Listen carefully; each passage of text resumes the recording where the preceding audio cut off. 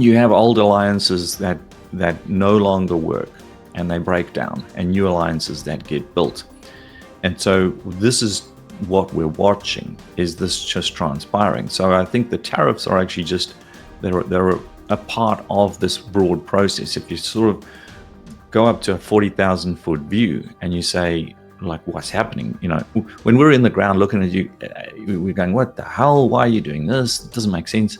When you take that 40,000 foot view and you look at this from a long-term perspective, over hundreds of years, it makes perfect sense. It's exactly what the kind of thing that happens in these periods of time where you have a change essentially of the world order. So we're seeing that being restructured.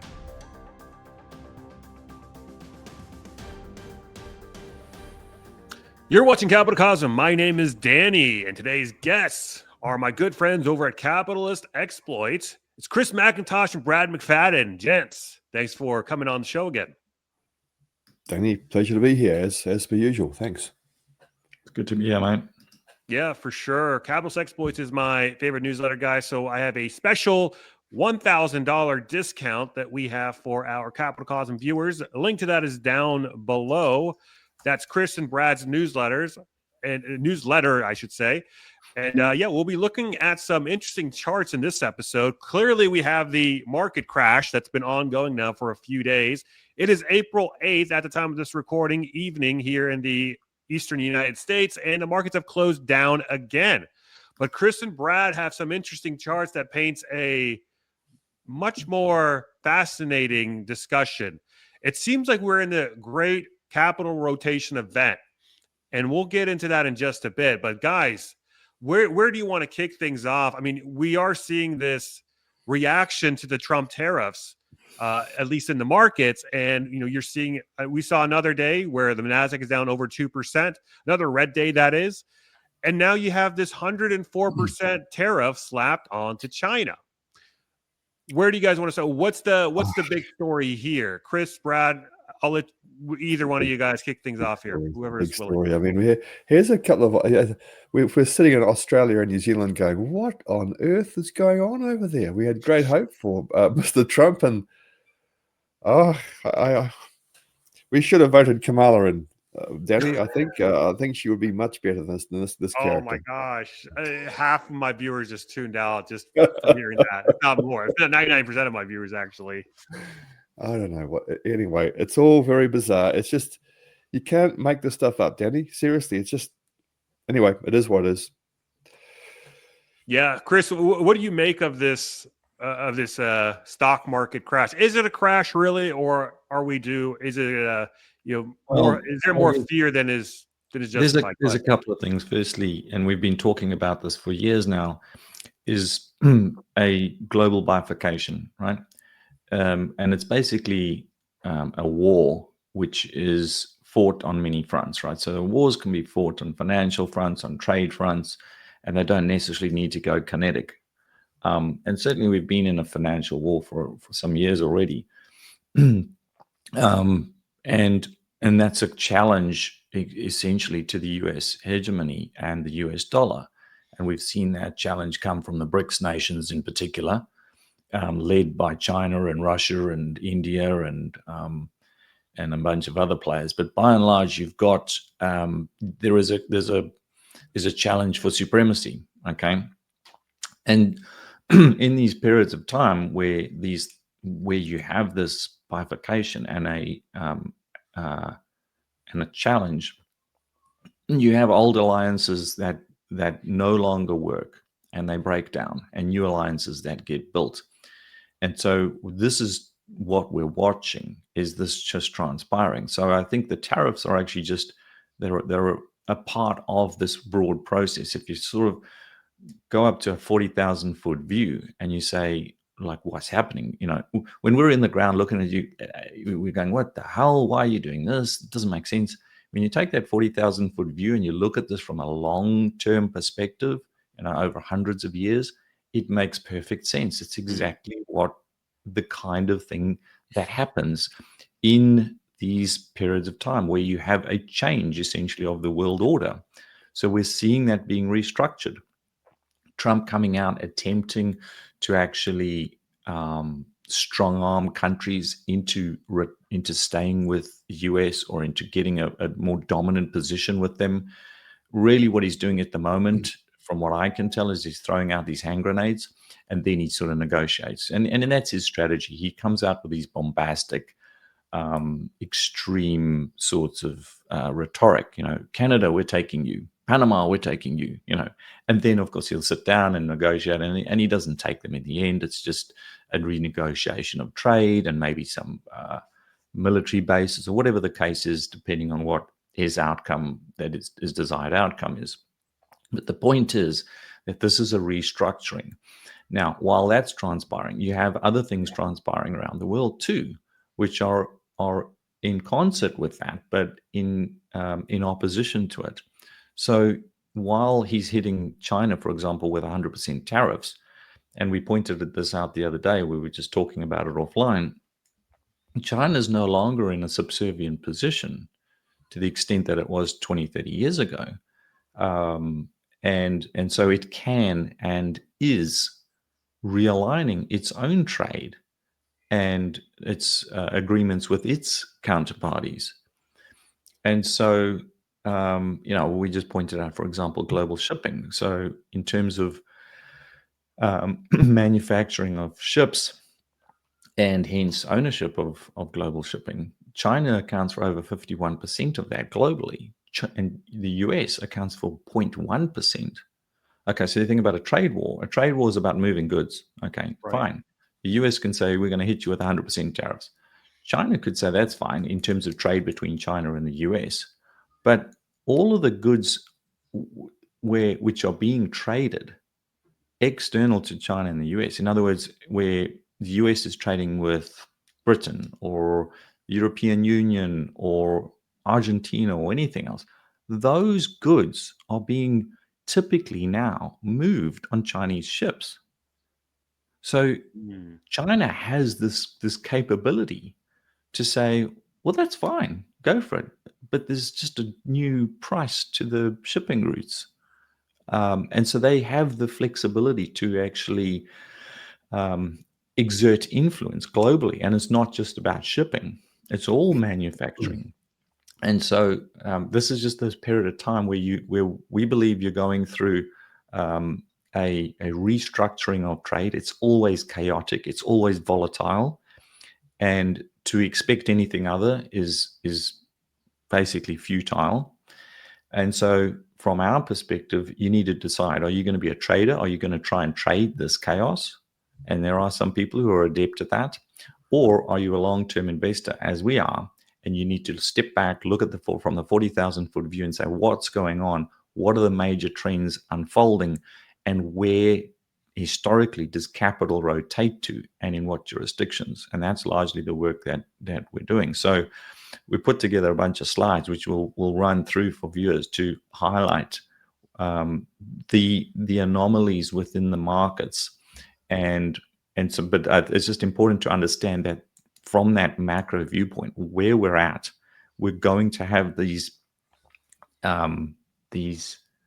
I guess readjustments of trade. It's a global bifurcation, and it's not just, of course, in trade. It's also in finance, right? It's in monetary use of monetary units. All of these things are interconnected. It's banking. Banking is still largely dominated by Western interests through the SWIFT system, but those are also being challenged. China's come out with a proposal, or they're looking to replace Euroclear, and they have their own clearing system. These are then. It's not random, is what I'm saying. There's a reason why we're seeing that. Right. So I don't know if you want to share your screen, Brad, and we can just really quick, Chris. I mean, is there a scenario, given what you've laid out, is there a scenario where Donald Trump comes out ahead in this trade war with China, given the fact that China does seem to have the cards? No pun intended. If I look at China's strategy thus far, it's been very much one whereby they're acting like water, right? They don't, when you come at them and you punch them, they don't punch back. what they will do is they will move and they will have a counter move that's almost completely opposite. They're very strategic about it. They've been very, very careful not to get involved in any conflict, in any kinetic conflict, while at the same time, they're definitely involved in conflict, whether it be sending fentanyl across the US borders in retaliation for the century of humiliation that they endured, especially against the British, who basically did the same thing with the Opium Wars.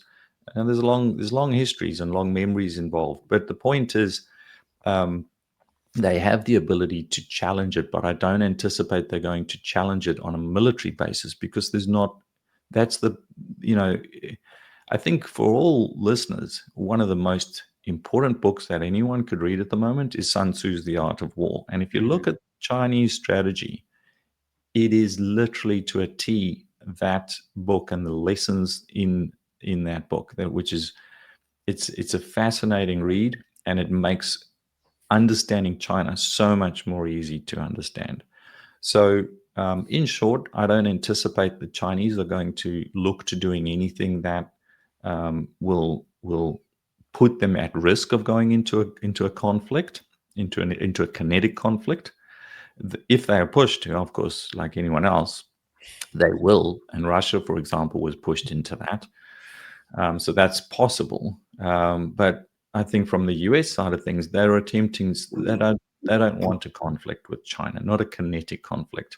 They're going to try and bully them and exert pressure on China's trade partners. And that's where the conflict is going to lie. I don't think it's going to be directed as much as with China as much as it will be with their trade partners.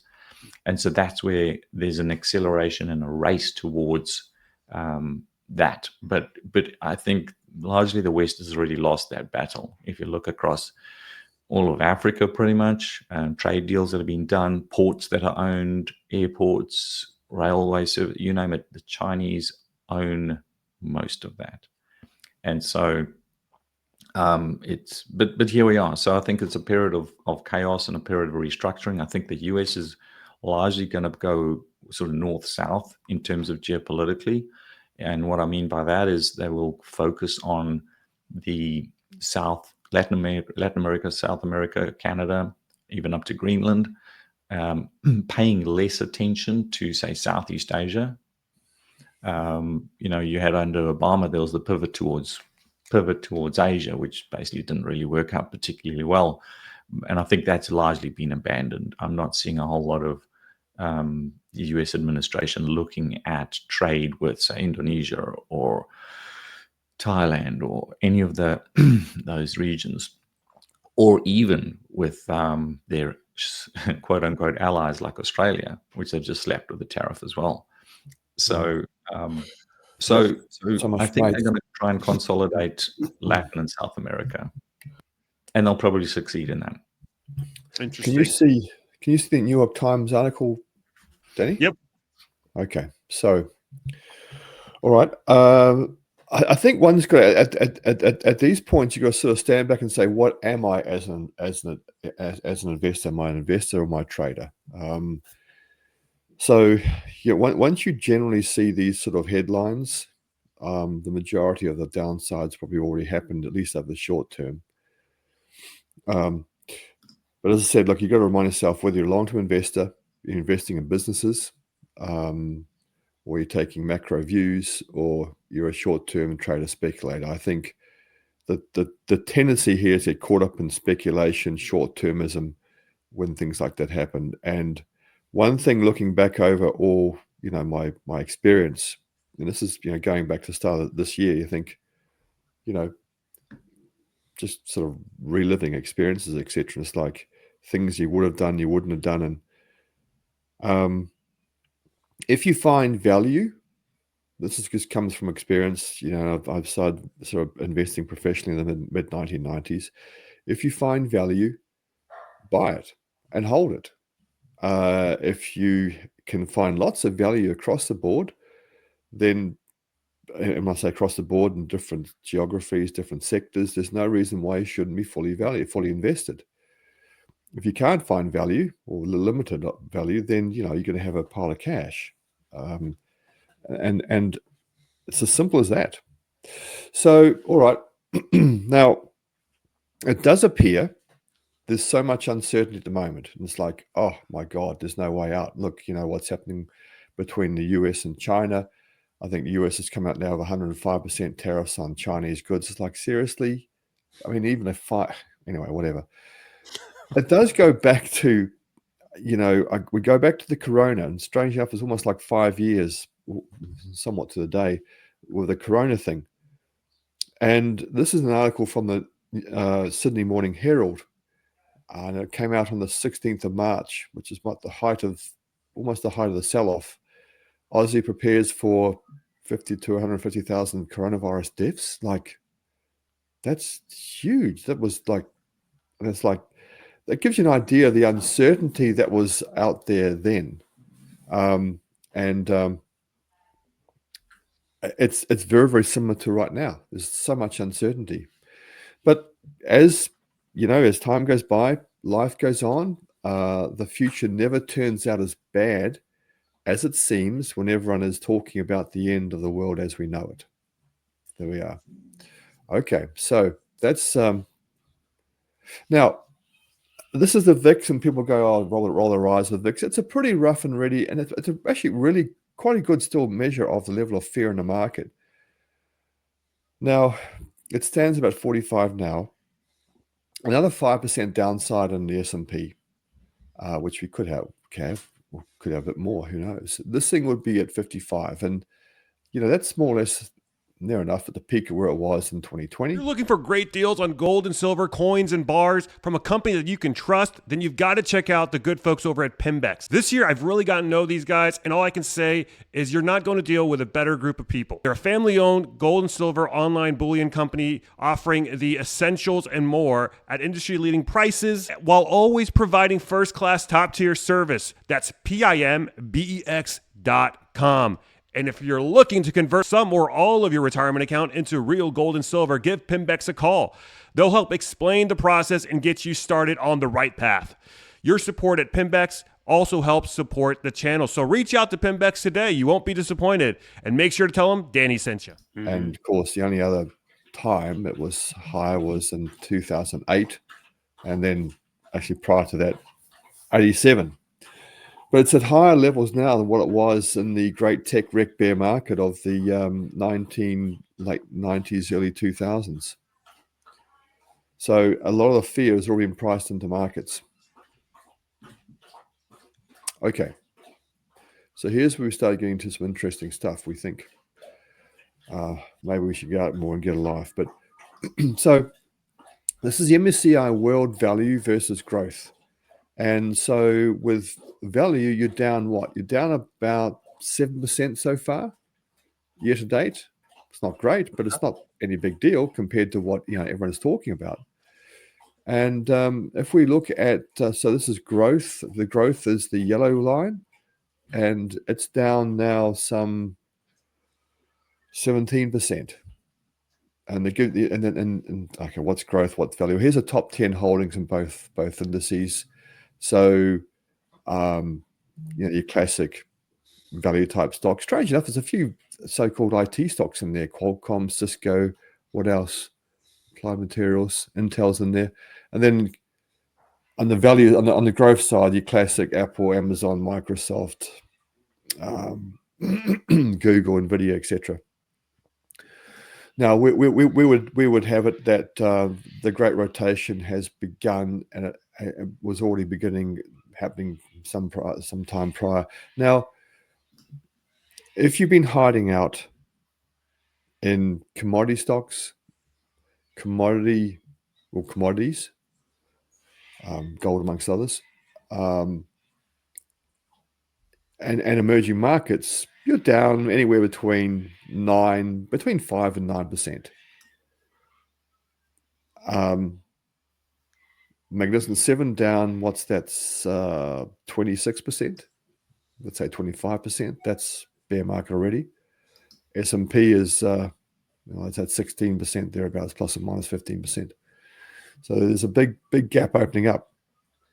Chris, I don't know if you want to talk about what the sort of, I guess, a bit of a discussion about the stagflationary effects of what's Yeah, happening. it's just historically when you look at the consequence of tariffs, they are broadly inflationary and or stagflationary.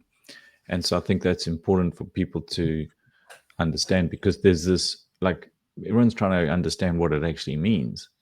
And it's easy to get caught up in the noise and looking at sort of the individual aspects. Oh, okay, we're putting tariffs on X country and maybe on X goods, and maybe it hits auto manufacturing, or it hits this, or it hits that. And so there's this desire to understand what it means.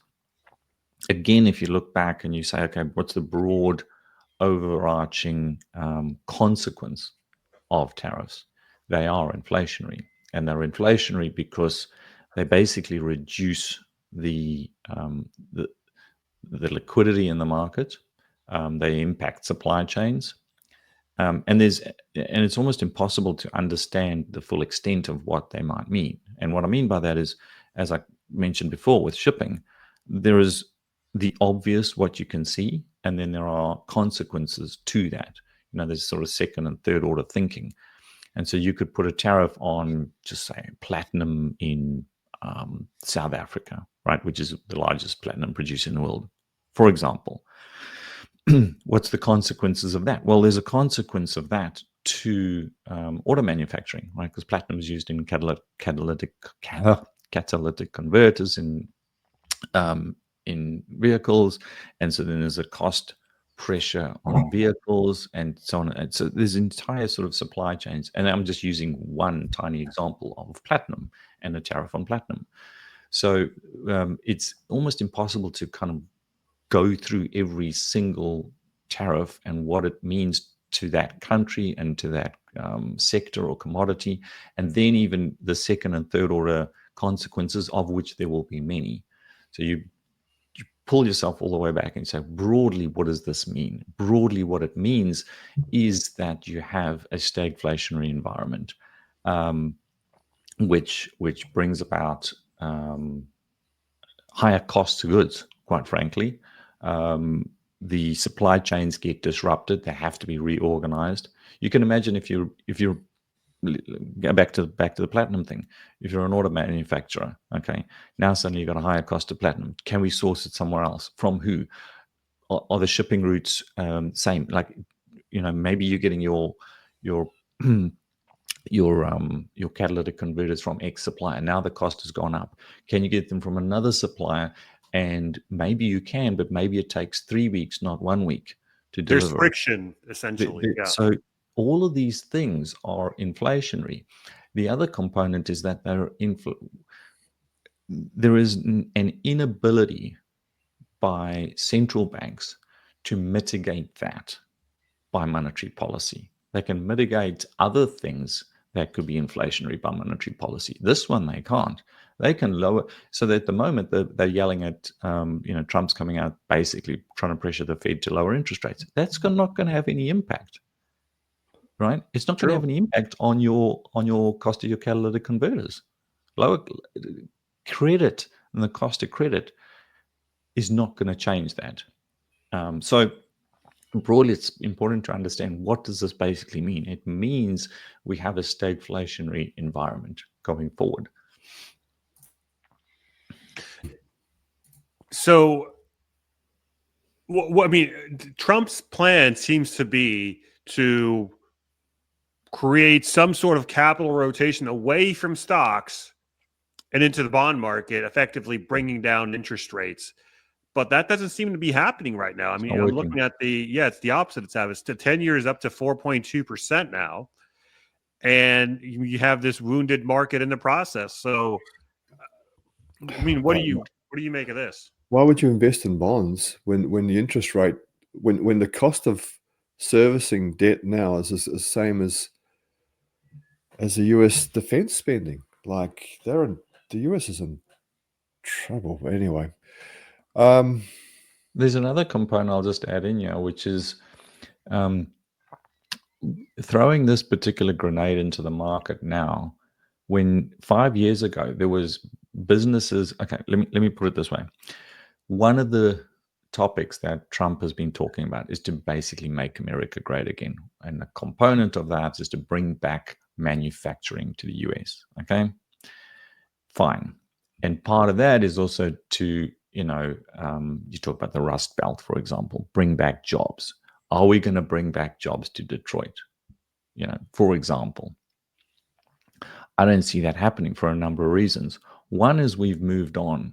We've moved on at an accelerated pace, largely as a consequence of the COVID scam. So what do I mean by that? Well, when COVID came along, or when, should I say, government's reaction to it came along and shut down businesses and caused workers to go on holidays and so on and so forth, a lot of businesses were forced to retool, and many of them chose technology, right? So you had less in the workforce replaced by technology. Okay, so that lesson was already learned. Now he's saying, oh, we're going to bring back jobs basically to America.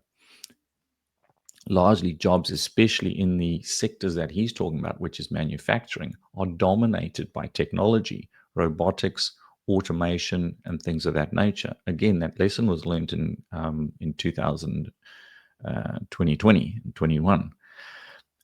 Guess who leads the world in robotics and automation? It's not America. China, isn't it? So now you're going to be importing those technologies, right?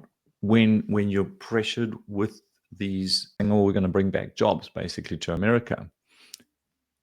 Largely jobs, especially in the sectors that he's talking about, which is manufacturing, are dominated by technology, robotics, automation, and things of that nature. Again, that lesson was learned in 2020 and 21. Guess who leads the world in robotics and automation? It's not America. China, isn't it? So now you're going to be importing those technologies, right? When you're pressured with the impact of these tariffs, it just, you're shooting yourself in the foot, because you've already lost competence or dominance, should I say, in many of these arenas. So fine. Does that mean now the US needs to get retooled and get more productive, if you will, in robotics and all those technology aspects? Yeah, sure. But they're behind the curve and the race is on. So while they're now trying to redo that, the rest of the world moves on and they don't have the same constraints around them. So there's, I think in large part, it's been an ill thought process. It's been a bit ham-fisted, and it's been one whereby, the old problem of looking at a problem and thinking that there's a solution and it's a one solution and hitting it, not understanding second and third order consequences, is absolutely on display at the moment. Absolutely on display. I think you said this before we hit record, but you said Trump is about 30 years too late in implementing this strategy. This may have worked 30 years ago, but not today. Why is that? So, well, I mean, it's because of what you just said, but why is he still doing it? I'm not sure. I can't get inside his head. But there's, to the point that I was making before, US manufacturing has been in decline for 30 years, insofar as it is mostly now,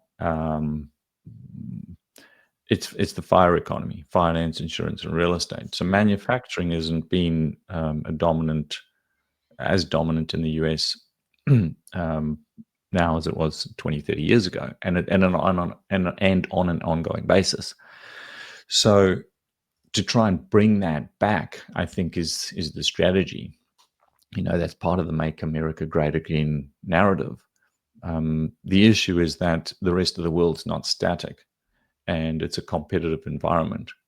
So I don't see that as being a plausible setup, because there's many mechanisms to it. It's not just the fact that the US isn't producing engineers or STEM, science, technology, engineering, and math. If you look at, there's many factors. We could look across the entire world and university spaces, and the United States is a massive loser or languid in that. The US is not producing the same level of technical competence in those areas. On the other hand, and it's going to sound like I'm a champion for China, and I'm not. This is just a matter of looking at the reality on the ground. China is producing many, many more times technical competence in STEM. That's just the reality. So then, there's a dynamism that exists with that, and the United States doesn't have it. So can they get it back? Yeah, but it takes more than just a few tariffs. It takes now basically going back into the education system, into the universities, probably getting rid of all the Marxists, and and getting promoting things like STEM. But that's a generation away. If you started immediately today, so the alternative then is, okay, do you import some of that technical talent? Sure, you can do that. But increasingly, that's not as attractive as it used to be. The United States is still a place that many people want to go to, but sadly, it's been attracting people that you don't necessarily want. And again, the world's a competitive place. So, anyways, I think it's too little, too late at this point in time. And but look, a lot of this doesn't really matter what I or Brad or you think. It's about the reality of a global macro shift, this rotation that we talk about, that's in place. So seeing these things is kind of actually totally normal. Seeing this sort of chaos, seeing these knee-jerk political maneuverings, monetary maneuverings, they're consistent with historical precedent. And so when you understand from that perspective, you can just calm down and go, okay, this is what it is. You can like it or not like it. That doesn't really matter. What typically happens? Where do you need to be placing your capital? That's really the only question that you need to be asking yourself as an investor. Interesting. And I see you've got the S&P relative to the NASDAQ here. And it looks like we've been bottoming for about 4 or 5 years now. Brad, do you want to go through this chart? Well, there we go. That's what it's all about. I think this is probably one of the most important charts. And it's very, very simple, isn't it? NASDAQ relative, S&P relative to NASDAQ. Well, we're going back here to the sort of mid-1980s. And that does appear to be a bottom-forming process as of like the last 5 years. Now, the small insert chart is the same as the big chart, but just on a different time scale. So, but the point being is that for all the talk about the AI boom and growth stocks and the NASDAQ, etc., you pretty much, if you bought the S&P back in 2021, late 2020, thereabouts, you performed more or less in line with the NASDAQ.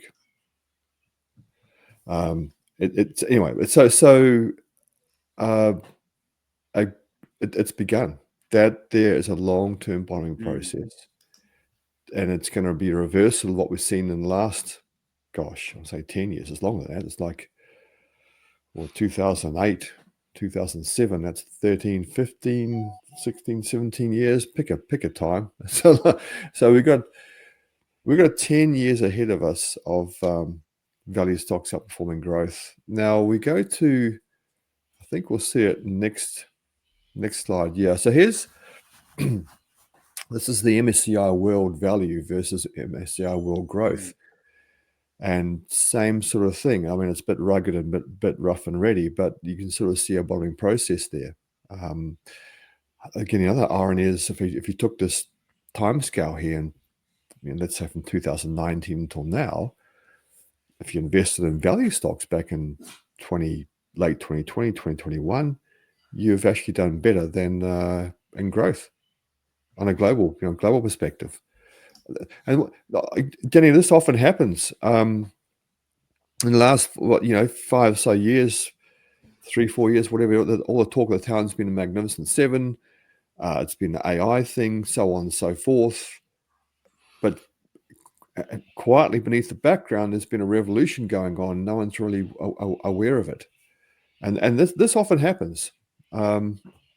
Okay, so gold relative S&P 500. That to me looks like a long-term change. Well, it's a bottoming process. The next move would be the upside, and significantly so. Now, this is relative. I mean, if the S&P goes down and gold doesn't move, then obviously this chart goes up. But there's a revolution going. This is gold minus relative to the NASDAQ. Now, you may not see much in this chart, but a quiet revolution's going on. So now, again, gold miners, it's like, let's say GDX relative to, QQQ. It's a silent bull market. So if you bought gold, the point being, if you bought gold miners at the start of 2016, or any time, sort of 2018 right through until now, pretty much on average, plus or minus, you performed in line with the NASDAQ. It's like, that's weird. No one's talking about that. And that's true. Gold GDX have performed in line with the NASDAQ and this I think is on a total return basis. There we go. So silently, things are changing and people just don't realize the change that's going on. Commodities. So this is a CRB relative to the S&P 500. It does look like some sort of bottoming process is underway, and you can see the magnitude. So bottoming process, one thing, Danny. The other aspect keep in mind is the duration and magnitude of that underperformance. Which becomes like a coiled spring, right? Yes, absolutely. And you've got a 7-to-1 ratio between where we're at today versus the top in 2009. It would seem. Yeah, well, it's a lot of upside can occur, and there's a lot of safety in commodities, put that way, Danny, and they're not doing so bad even with the drama in the markets at the moment of tariffs and all. So, emerging markets. So this is the MSCI Emerging Markets Index, which the ETF EM tracks relative to the S&P 500. And as unloved and as unwanted as they ever were back in the long-term capital crisis in '98, in the tech wreck, the height of the tech bubble, and again, the duration and magnitude of that underperformance is astounding. From 2011 till now, that's 16 years, virtually in a straight line. Like, again, coiled spring, Danny. Cold spring. Yeah, and it looks like it's still got momentum to the downside too. At least the previous chart did. Well, it hasn't changed. Technically you couldn't say, well, that's changed trend. No, it hasn't. You couldn't say that. Maybe the bottom is already in. But the thing is, with it being like this, for such a long period of underperformance and the magnitude of the underperformance, what it suggests is that you should be looking for value, looking for opportunities in emerging markets and not the S&P 500. That's the essence of it. I see. Well, this is commodity producers relative to the S&P 500. For all the negative talk out there, if you bought them in 2020, 2021, you performed in line with the S&P 500. Now, so rest of the world versus the US. This is again, you've had ever since 1990, the underperformance of the world versus the US. And well, okay, that's going back a long time, but even, since 2010. So this suggests that one should be looking for opportunities outside the US. And there's probably value to be had there. Right. And that was a pattern. I mean, we've been going down for decades. I mean, pretty much since the 80s, the end of the Reagan era. Yes. It's It's been America beating out the rest of the world. That's correct. yeah. Now, a lot could be attributed to Japan. You know, in the late 1980s, obviously that the Nikkei peaked out then and dropped significantly, and the Nikkei was the Japanese market was a huge. I think in 1989 thereabouts, the Japanese stock market was same market cap near enough as the US. Obviously, that's all unwound, so that's a big part of that. Of course, Europe is part of that now as well.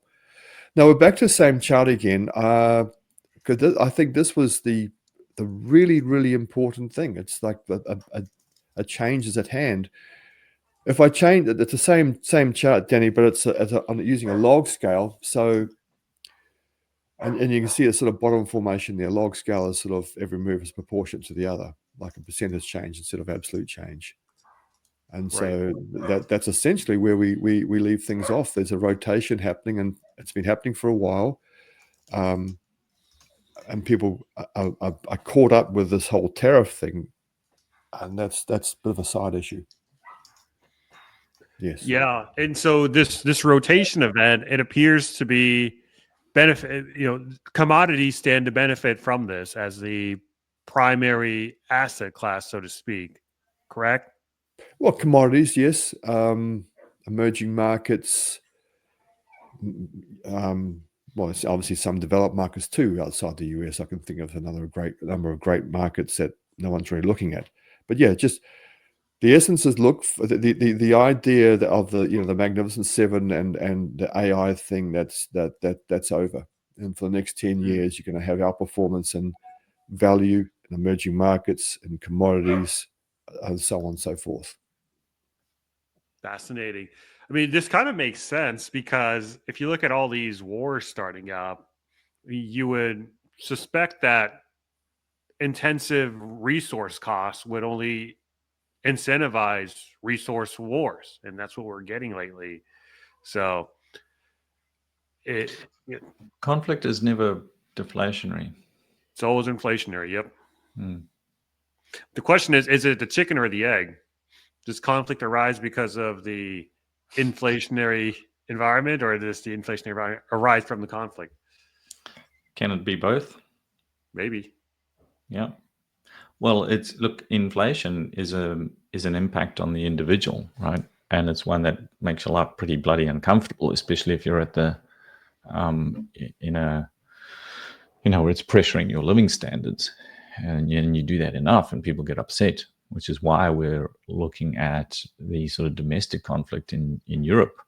I mean, it doesn't get reported in the mainstream media, but there's a lot of protests on a continuous basis for all manner of things. And so, and then the governments are put in a position where they go, well, we want to try and mitigate that. So guess what? They borrow money and they print it and give it to the peasants to try and pacify them.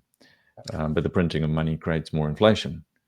And so around in circles you go. And then, of course, there's the position where those in power don't want to be losing power. And it's easier always to blame things on some external enemy. And so it's quite easy to then blame that external enemy and rally the forces to go and go to war, which is what Europe's doing now. They're trying to blame everything on Putin and rallying to war. Germany's just come out saying they're going to borrow 400 billion. Which they don't have the money. Of course, Ursula von der Leyen has said that they're going to, quote,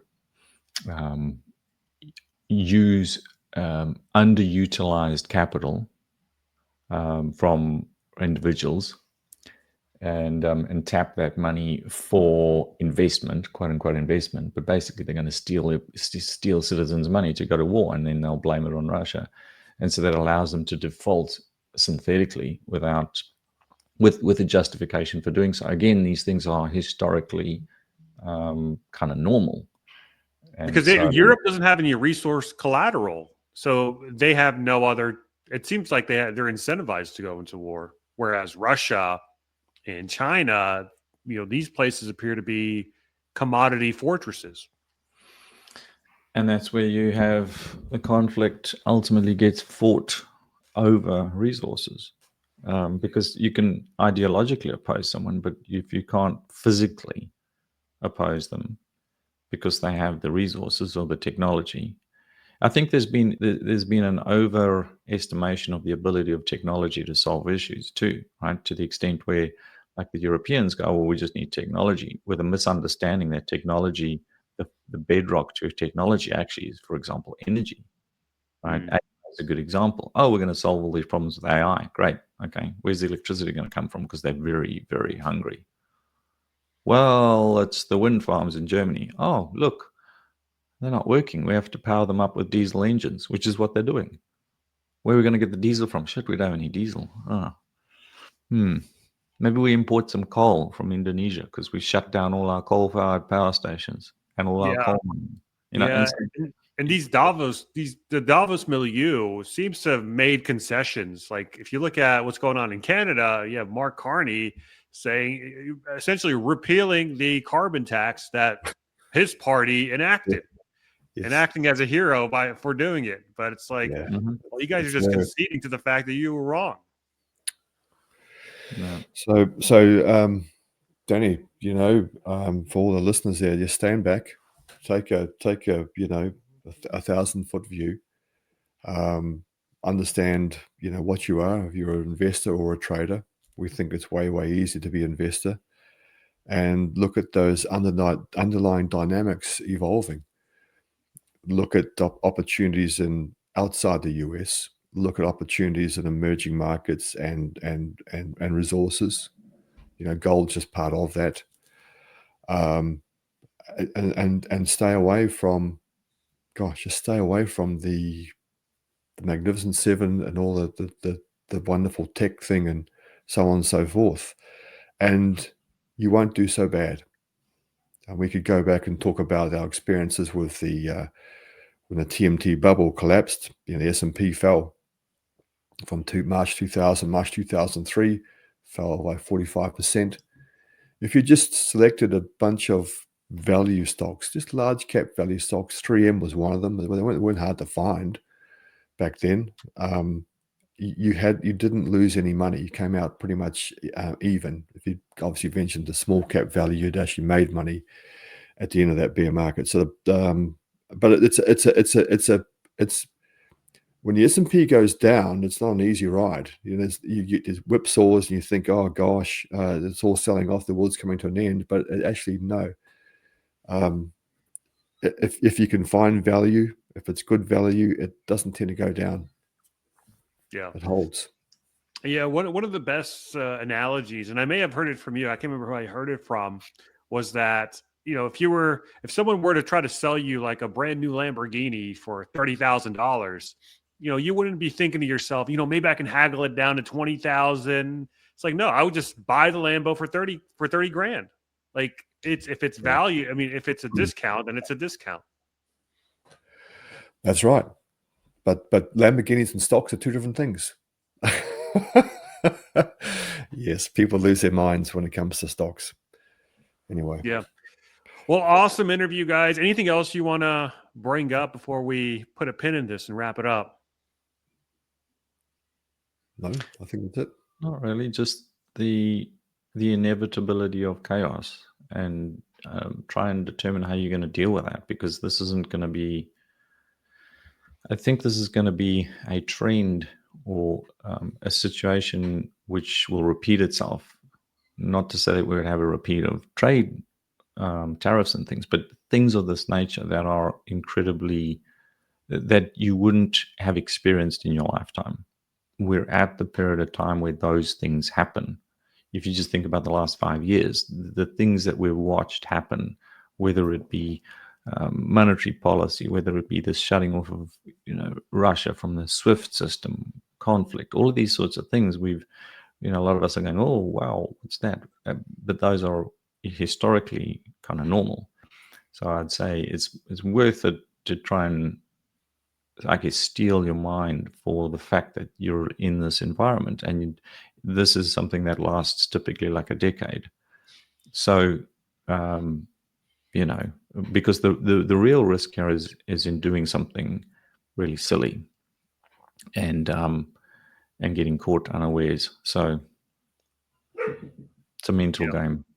Yeah, I mean, you guys have been a North Star for me, so to speak, for the last 5 years, and this is why I want to encourage my audience to utilize your service, Capitalist Exploits. I've been a subscriber, since 2020, and you guys have really helped guide the way, not only through your stock recommendations, but also your education as well. So we have a special $1,000 discount to the newsletter down below that you're only going to find here. So if you are interested, guys, which I highly encourage, again, link to that is down below in the description box as well as the pinned comment. Gents, thank you so much for coming on. Chris, I think you have a Twitter that I believe it's Capitalist Exploits or something like that. I'll have it posted down below too. But is there anything else you want to promote before we wrap up? No. All right. Well, thanks for coming on, gents. It's been a pleasure as always. We'll see how things play out over the next month or so until we have you guys on again for another update. But if you guys enjoyed the content, be sure to give us a like and subscribe to the channel. It may not seem like much, but it really does go a long way in boosting our reach in the YouTube algorithm. It's a frenzy out there, so any help is appreciated. Type "Go Chris" or "Go Prad Go" if you agreed with their comments. And if you disagreed with anything, however, let me know as well. That's perfectly fine. Let me know what you think. Drop the comments down below. I do read the comments, guys. And then also check us out on Substack at Capitalcosm. That's Substack.com, where you can get early access, ad-free versions, and uncensored versions of my content that warrants it. And so with all that said, thanks for watching. I'll catch you in the next episode. Thanks, Danny. Thanks, Danny.